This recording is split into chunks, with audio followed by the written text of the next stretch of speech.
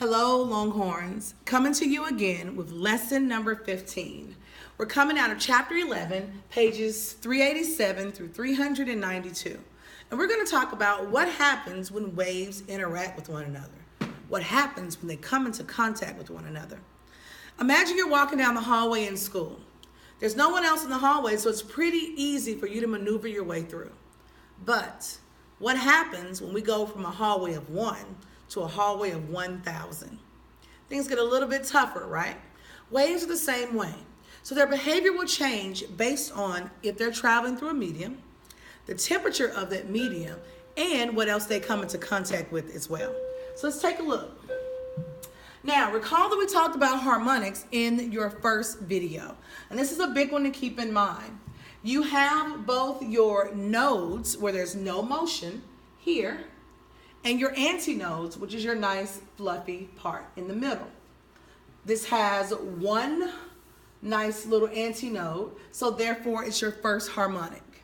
This has 2 antinodes, 3 nodes. It's going to be my second harmonic, and straight down. So don't forget, as you're looking at interactions, that these are the parts that we'll see changes in, depending on what disturbance we come into contact with. Now, there's interference. Waves that exist in the same place at the same time are going to have interference. And we'll look at this a little bit deeper in class. If I have a pan of water and I drop an individual drop from 2 droppers at the same time, those waves are fine until the ripples come into contact. And then you'll notice that there are some changes depending on the direction the wave was traveling. And this is known as interference.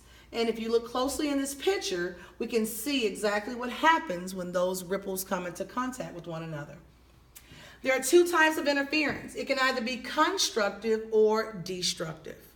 If it is constructive, I have 2 crests or trough that are going to add together. So I have 2 waves that are coming toward each other. And as they meet up, they actually get bigger and not smaller. And we'll talk about things like tsunamis that occur in nature, and we'll determine whether these are constructive or destructive. If constructive will build and make your waves bigger, destructive is, of course, going to do the opposite. So think about if I'm being a destructive person, or if I'm demolishing a building, I'm breaking it down. So destructive means 2 waves come into contact with one another, but they actually dampen or lower in their crest or their trough. The amplitude becomes smaller. Now, when we think about light, we'll talk about interference with light and with rainbows. When we get to your electromagnetic wave section, we'll realize that the colors of the rainbow are always in the same order. And we're going to figure out what creates those different colors as well. Because in the last video, we said that light is an electromagnetic wave. So it doesn't require a medium, but it definitely has given us a few advances as well. Reflection. We know reflection. If I'm standing somewhere and I'm at the mountaintop and I say hello, you can hear the echo. So it will echo there, hit the mountain, and it's going to bounce or reflect back to you. So think about looking into a mirror and seeing your reflection. Your echo is a good example of this property of waves. Refraction. If I take a glass of water and insert a stick, a pencil, or a spoon, it's going to look as though here it's broken in half. But when I take it out of the glass, guess what? It's still the same. This property is known as refraction. It is a bending of light. So when light is bent, it's going to force it to go into a different direction. And it changes visually what we'll see. We're also taking a look at a few examples of how sometimes our eyes actually do play tricks on us. Diffraction. Diffraction you guys hear all the time. So think about trying to go through a small split. The sound has to make it there, and then it's going to fan itself back out. So diffraction is the bending of a wave as it passes an edge or an opening. We have this wave coming forward. It needs to compress, and then it gets the ability to squeeze out. Always think of a gymnasium, especially right after a pep rally. You have 1,000 people in the gym, but only 4 doors to let them out.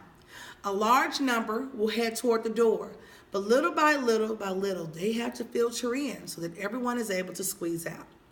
As soon as they go through the door, most people do what? They're going to fan back out because there's more space on the other side. Your wave is going to be the exact same way. Last one is going to be the Doppler effect.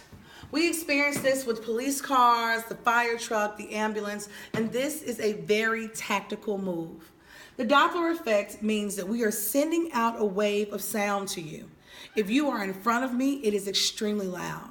But if you are behind me, you can barely hear it. The goal is to inform those in front to take caution and to move out the way.